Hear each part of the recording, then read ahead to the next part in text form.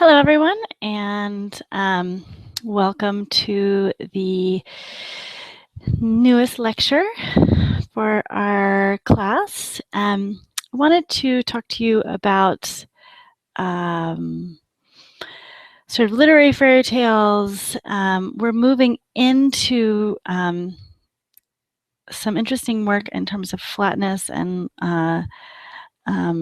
psychological realism. And so I'm kind of backtracking a little bit, but because we're reading or like looking at Rumpelstiltskin this week, which is a great time to talk about this stuff, I wanted to give you just a little bit more history about fairy tales, where they come from. And then we'll talk in the discussion today a lot about the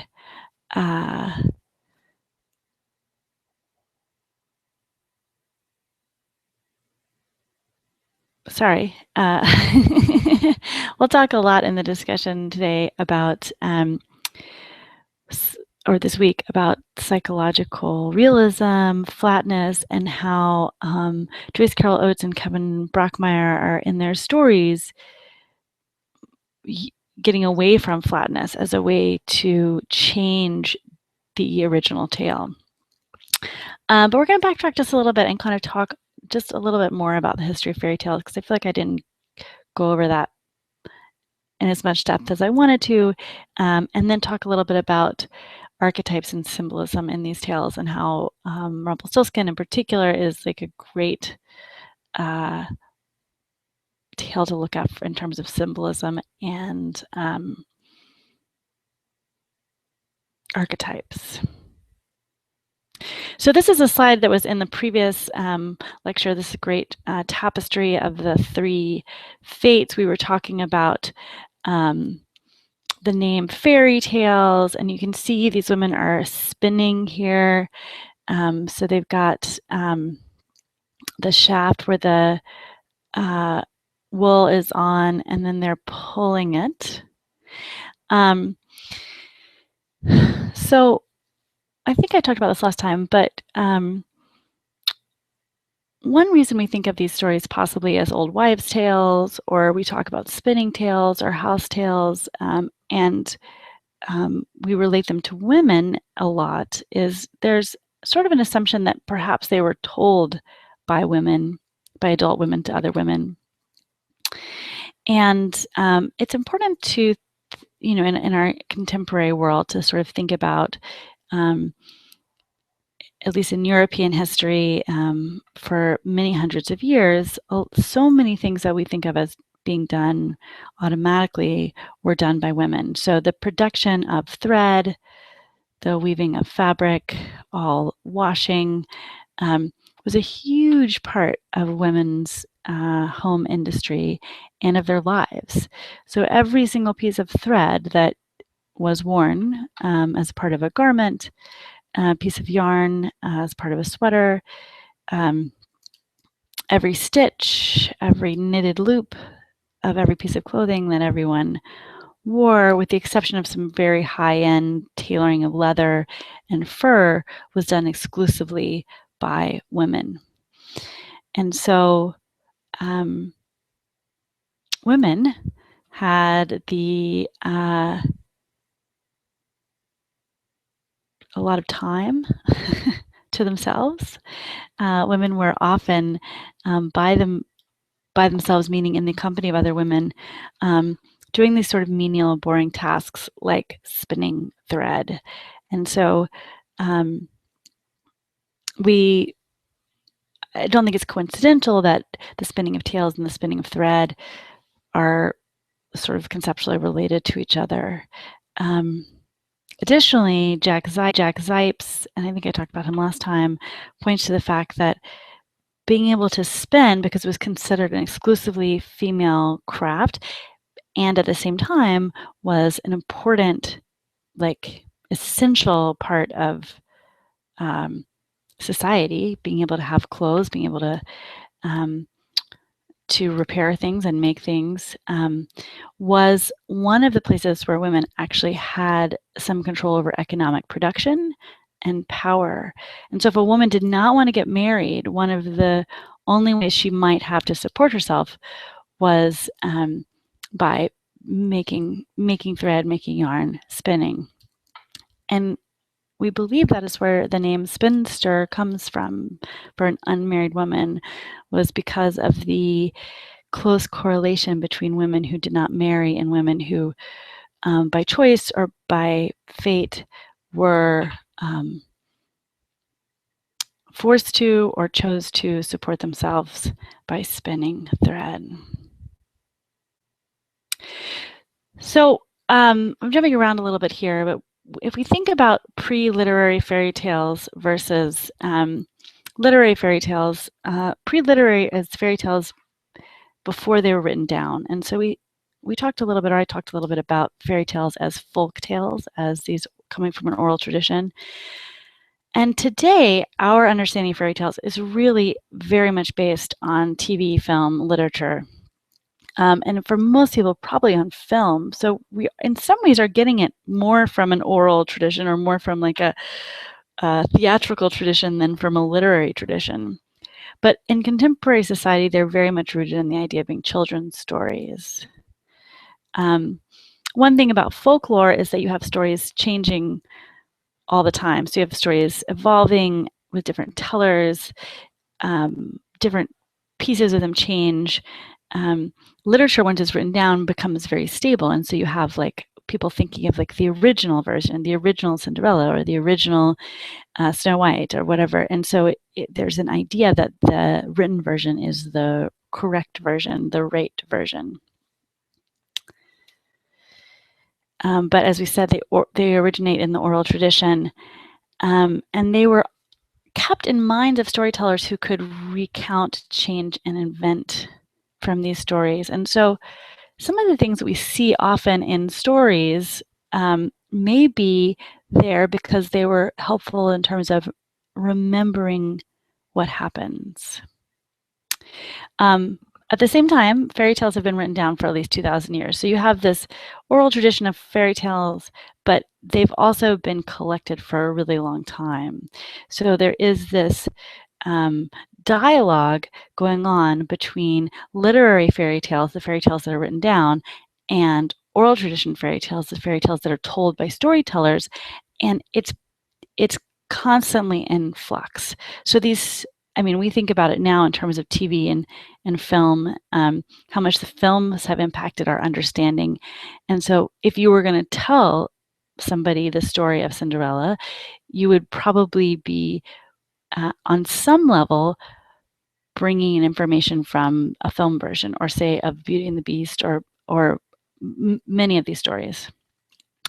So one of the oldest known collections of this is The Golden Ass by Apuleius, which is a collection of fables and fairy tales written down about 150 AD. Fairy tales are also collected outside of Europe, tons of them all over the world, their collections, but 1001 Nights is often considered a fairy tale collection. So Aladdin, which is a great fairy tale, comes from that, and it's a Persian fairy tale collection that showed up in Europe in the early 1600s, I think, but was probably many hundreds of years older than that. In fact, the original version of it is sort of unclear, sort of like the original versions of like the Odyssey. Like, when did it come? When was it that originally from? This sort of collection has been around for a very long time. Often fairy tale collections had a narrative framework. So Scheherazade and 1001 Nights is the framework for that. Similarly, the collection that Jim, I'm going to get his name wrong, and I've written down here, Giambatta's, the Cat Cinderella comes from. There's a framework of these people sort of being stuck together in a house and telling each other's stories, and that's where that comes from. So these are a couple of images sort of the late medieval or early modern understanding of what fairy tales were like. The one on the left comes from a bookplate from the original Mother Goose Tales, so Contes de ma Mère Loie. And so here is the Mother Goose, and here are the people listening. And you notice that they're not really like little kids. There seem to be adults here. And then this is from a later German book cover, and you see that it's kind of the whole family, but mostly it's kids. But this idea of the old woman as a keeper of the tales, sitting by the hearth, after dinner when we might sit down and watch TV, people gathering around and listening to a story. It's interesting to notice what's in this picture too. We've got some cats. Those were mentioned. Another cat over here mentioned in our glossary already. But there's something over here in the corner too. The spinning wheel, which we'll see more of. So in terms of the rise of the literary fairy tale, there are differing opinions about this in terms of like the advent of childhood, whether children were really thought of as small adults in the early modern period, late medieval times. Certainly children had children's games, people write about children, people write about childhood. But one thing that is interesting is that a lot of people think the way we think of childhood now is much more separated from adulthood, whereas until the 1800s, most children's clothes was just miniature version of adult clothes. Children were expected to do very adult-like tasks. And so this real separation of like children's things and adult things is something that is more contemporary.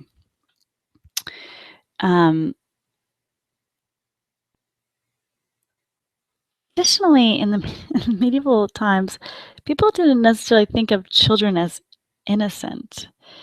In fact, there were some European theologians who thought of children as evil, and that basically part of growing up was moving from being an evil person into a moral person, and that sometime around puberty or whenever you hit adulthood, you stopped being evil, hopefully, unless you didn't ever grow up, and started being moral. And so this sort of idea of children, the innocent little children, at least in Europe, was not as strongly held a belief as it is today. So in the 17th and 18th centuries, suddenly you have the growth of, which we think of as the early modern period, you have the growth of the printing press and widespread availability of books. And that's leads to an explosion in all types of literature. You also have the beginnings of industrialization and mechanization of certain industries. And so people start to really begin to romanticize the past, this medieval world. Additionally, the spinning wheel that you see replaces the spindle. If you remember that older tapestry of the three fates, there's no wheel there. We think of the spindle as just the thing on the end of the wheel, but the spindle also was a weight that was dropped to use to pull the string. And so once you have a wheel, you're not doing all that stuff by hand. So that's just very basic beginning modernization. Something else to think about this is, these stories start once upon a time. The people who were writing them down were thinking about them as having taken place in the past. Additionally, you have the rise of nationalism in Europe. So you have the beginning of real statism. And before, Italy wasn't a state till much later, Germany wasn't a state till much later, but you have the rise of Spain as a unified state. France is sort of figuring out what its borders, national borders, are going to be. The Netherlands, different European countries start to think of themselves as larger conglomerations and states. In Britain, you have the unification of England and Scotland and Wales as one country. or one state with these different sort of smaller nations as part of them. So fairy tale collecting began in the upper classes in Europe, and it was sort of thought of as a way to like preserve these low class tales for the amusement of upper classes. So that's one of the reasons that preserves a lot of like things that we might consider to be kind of gross or crude.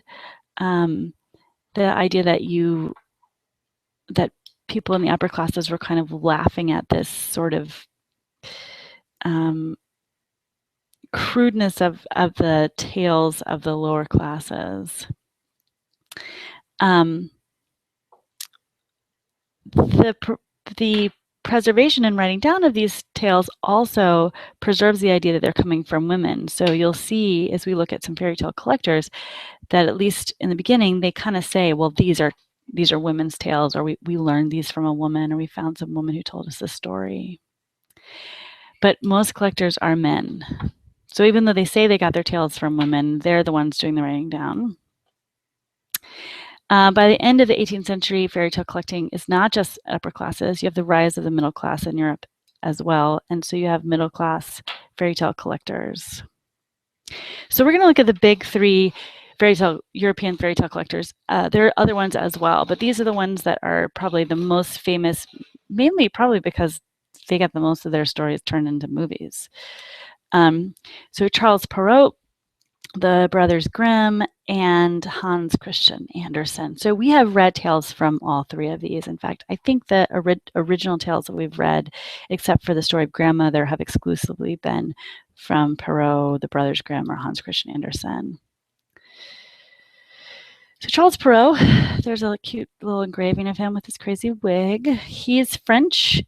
He publishes Contes de ma Mère Loie in 1697.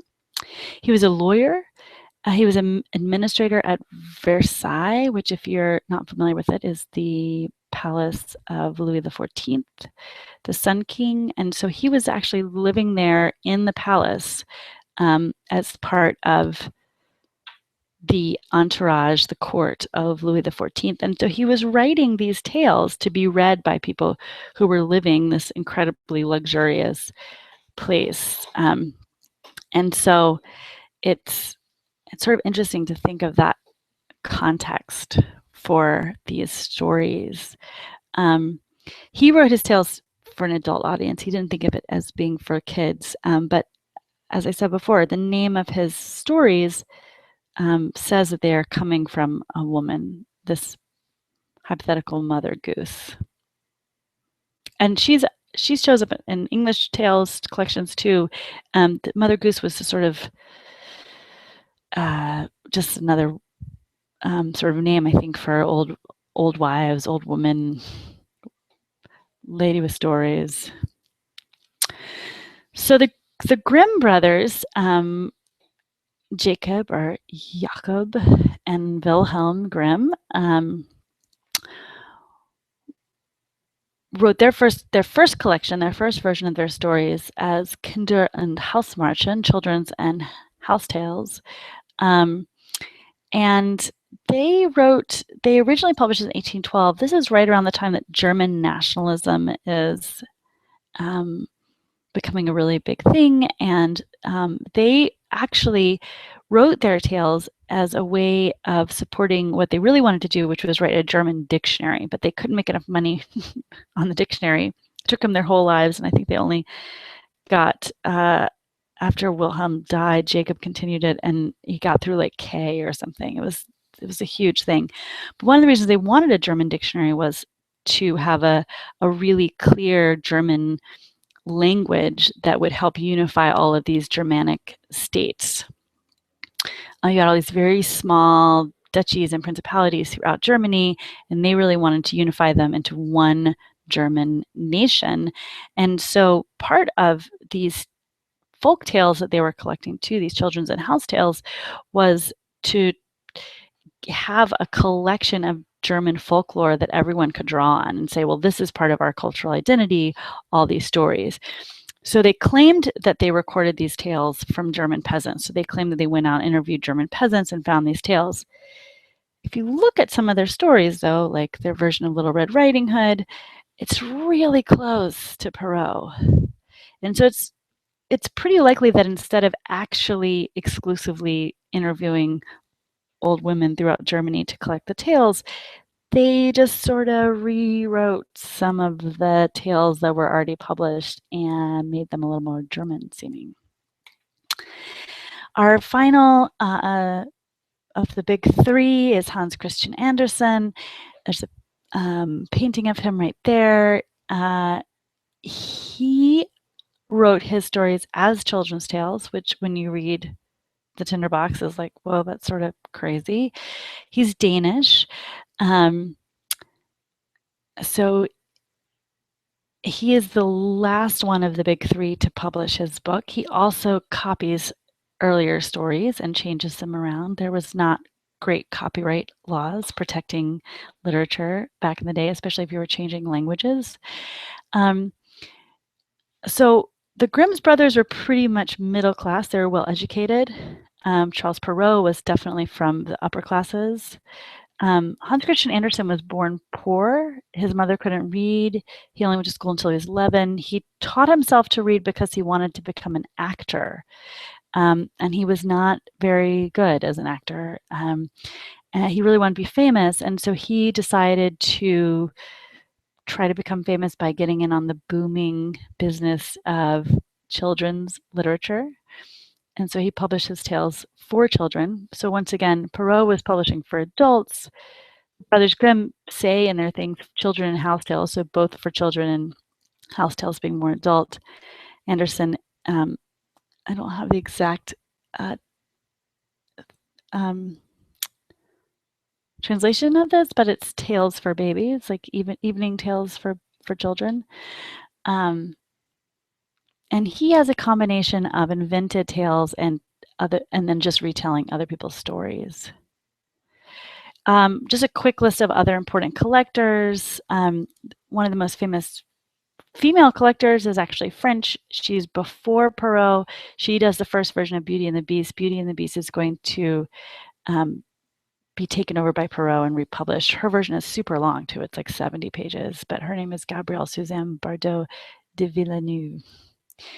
In Russia, I'm not going to be able to pronounce his name. Afanasyev, but he collected a really important cycle of Baba Yaga stories and Prince Ivan stories, which are important Russian folk tales. And then Joseph Jacobs is maybe the most famous English one in the 19th century, and he's where we get Jack and the Beanstalk, Three Little Pigs. It's really interesting to look at English folk tales versus continental European folk tales because they're very different from each other, those fairy tales. Although some of them are obviously copied from each other and the same. Jacobs has a version of Cinderella as well, and he has a version of Rumpelstiltskin called Tit Tim Tot. But a lot of the Jacob's stories, they just feature more boys, I think, is the easiest way to say it. And then important Japanese folktale recorder, Theodora Ozaki, who was Japanese American living in Japan in the early 20th century and put together the Japanese fairy book. So I want to talk briefly about archetypes and symbols in these stories. One of the things we talked about a lot is that we think of these stories as being for children. They're not necessarily for children. One reason is they have a lot of illogical and unbelievable events in them that seem unbelievable to modern adults. Bernheimer talks about this as intuitive logic. And a famous fairy tale theorist, Bruno Bettelheim, in this book called Uses of Enchantment, which is an excellent book and very interesting, says that for children, there's no clear line separating objects from living things. So that a child might think of a rock or chair or a teddy bear as something that has a soul. And as adults, we don't think that anymore.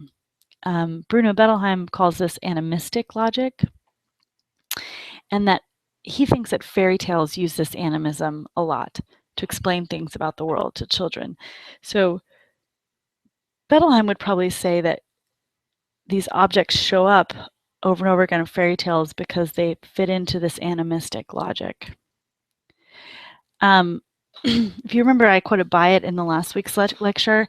When she talks about fairy tales, she say that they don't feel like a warning to naughty infants. It feels like a glimpse of the dreadful side of the nature of things. So this animism is maybe a two-way street. You can think that, you know, it's adorable that your cat can talk, or your cat can be like a horrible, it can be horrible that your cat can talk. It can be a possessed magical object can be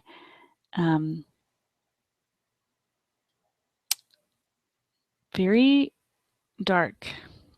We'll see a lot of that in these stories that we read. Oh, I was actually going to skip this slide. So I'm just going to skip over it. I thought I deleted it. So animistic logic is one reason to think about why these things are showing up and over again. Another way of looking at them are archetypes. So archetypes are basic ideas or tropes that appear over and over again in stories and are symbolic in some way. Carl Jung invented the idea of the archetype. And I'm just going to read this quote where he gives a definition. He says, in addition to our immediate consciousness, which is of a thoroughly personal nature, there exists a second psychic system of a collective, universal, and impersonal nature, which is identical in all individuals. This collective unconscious does not develop individually, but is inherited. It consists of pre-existent forms, the archetypes, which can only become conscious secondarily, and which give definite form to certain psychic contents. So I'm going to try to unpack that real quick. I'm no Jungian scholar, but my understanding is that Jung believed that we both had our personal individual consciousness, and also as part of almost our genetic makeup, we had a consciousness that was shared by all humans that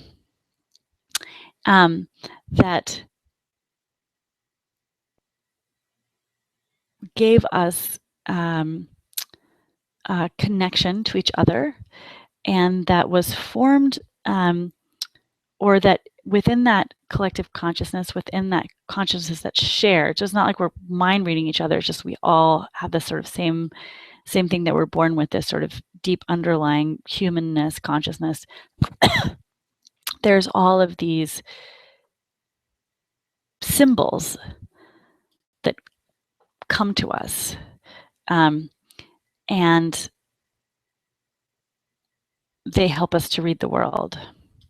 So those symbols he called archetypes, meaning that they are things that no one has to explain to us what they mean, but we know. Contemporary literary theorists use this word archetypes in a slightly different way than Jung intended it, because I don't know that many of us think about the collective unconsciousness or think that we're born thinking that certain things mean have specific symbolic weight. Say that black is a color representing death, or that black birds are a harbinger of evil, these sort of archetypal understandings. I think contemporary literary theorists would think that a lot of that is more culturally defined and not necessarily something we're born thinking. So when we talk about archetypes, we really are thinking about a set of ideas that are showing up again and again in certain cultural contexts. Excuse me. So let's look at some archetypes in Rumpelstiltskin and see if those are ones that you agree with. One thing is spinning. We talked about the importance of spinning for women's economy. We talked about that spinning represented independence for women. Spinning also sort of represented a woman's marriageability. It's kind of like cooking almost, I think, took that place at a certain point in time, a woman being able to be a good cook. It was like, oh yeah, she'd be a great wife. She can cook really well. I think in pre-modern society, spinning held this place. Another thing that we see again in Rumpelstiltskin is the rule of 3. This is something that shows up again and again in fairy tales, and if it isn't in the glossary already, it really should be, because I think it's related to the oral nature of tales. Like, so many jokes have 3 parts, but this idea that it's going to happen once, it's going to happen again, and it's going to happen a third time seems to be an easy way to structure a story, but it does happen a lot. Absent mother in Rumpelstiltskin, there's no mother. There's just the father that gives away Rumpelstiltskin, that gives away his daughter to the king. So there's the miller, and he gives away the daughter, the miller's daughter, who's the main character-ish of Rumpelstiltskin, but there's no mother there. The magical helper. So you have a little fairy guy related to a fairy godmother. I'm not exactly sure what Rumpelstiltskin is specifically, but he shows up magically to help. The poor daughter. The only daughter also shows up a lot. The youngest daughter shows up a lot. The impoverished daughter. The prince or the king. You also see stories where you have the only son, the youngest son, the poor son, and you have the princess. Really the queen, but the princess. Finally, the importance of a name. We talked about flatness with Bernheimer, the idea that people don't get names in fairy tales unless they're named after something.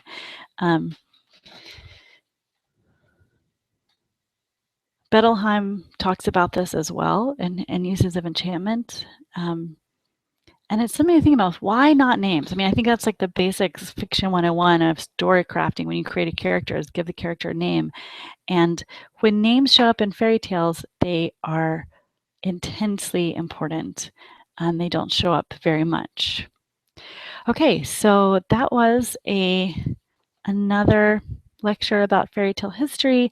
We're going to move on really to talking exclusively about craft next week and for the rest of the time. But I wanted to talk to you about archetypes and just give you a little bit more background in terms of who we're writing down these tales that we're reading. So I'd love for you to, of course, go back, look at the glossary, and look at the discussion questions. And then we will be also in the discussion, hopefully talking about when we're going to share work for some online workshopping in this class.